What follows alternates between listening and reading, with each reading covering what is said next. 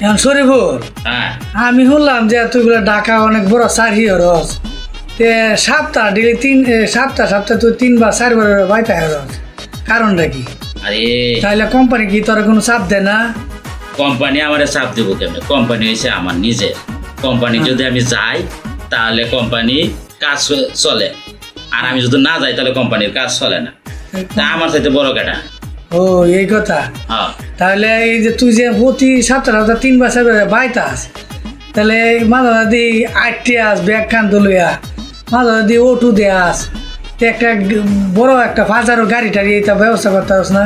আরে বেকল, এত বড় গাড়ি যে কি নাম গাড়ি কিনিয়া গাড়ির ভিতরে বসলে পরে তো ইয়াসি যে হাওয়াটা শরীরের মধ্যে লাগলে শরীরের সমস্যা হয়, আমার ঠান্ডা লাগে যায়, বুহে ঠান্ডা লাগে। বুহে ঠান্ডা লাগে যায়, যার ফলে আমি গাড়ি কিনি না। এই তো গাড়ি কিনলে তো 210টা গাড়ি আমি কিনতে পারি।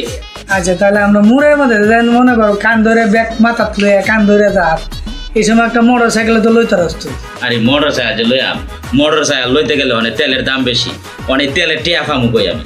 ও তাহলে তোর এত কিছু আছে, তাহলে তোর তেলের টিয়া তা না কারণটা কি? না আমার তেলের টিয়া নাই গিয়া, এর লাগে আমি গাড়ি কিনি না।